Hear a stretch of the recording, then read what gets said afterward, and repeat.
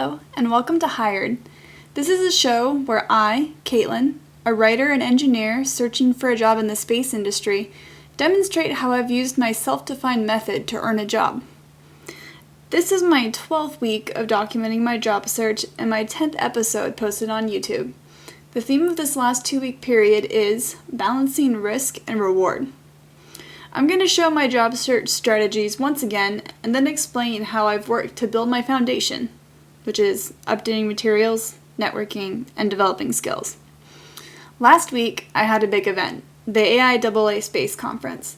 So I spent most of the last 2 weeks either preparing for the conference or attending the conference. This is a short list outlining some of the tasks I've done, but I will explain them later in the presentation. Right now, I'd like to show the cost of attending the conference. As you can see, this adventure totaled $1,200 between the costs of attending, flying, and renting a car. I did the best I could to keep costs low by staying with family, which probably saved me hundreds of dollars in hotel fares. My family also helped me out by purchasing many of my meals and letting me raid their cabinets. However, it's still a big risk to commit $1,200 when your source of income is uncertain. So let me show you how I made it more than worthwhile. First of all, I prepared well.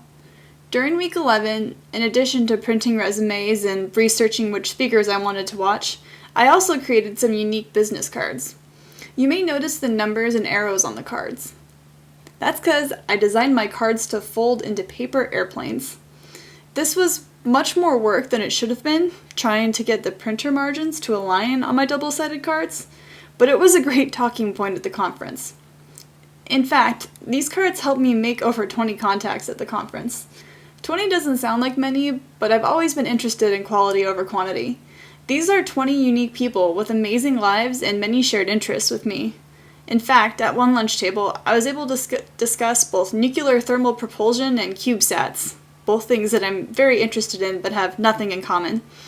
These people share my excitement about space, and it was wonderful to have the opportunity to meet them. Finally, in addition to developing my social skills by talking to people, I tweeted. A lot.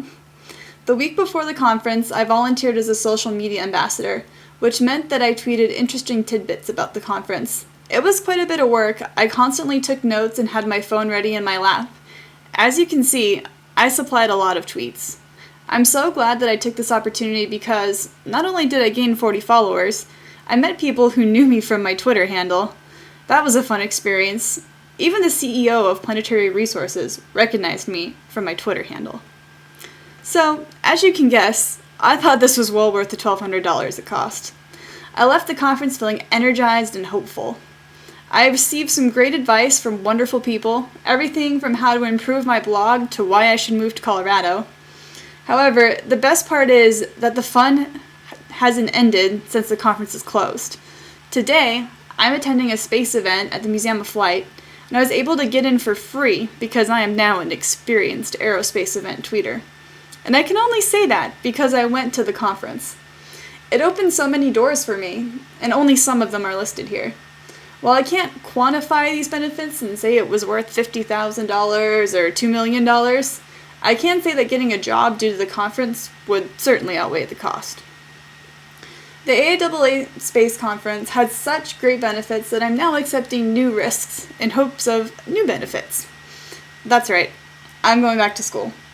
I've been wavering about whether it's worth it or not, because once I start, I'm committed to 3 years and $40,000. I'm not the type of person to start and then quit. But now I'm sure that it's worth it, as long as I can do it. After discussing space topics at the conference, I am certain that I want to pursue a Master's of Aerospace Engineering with a concentration in propulsion. That is where I want to go.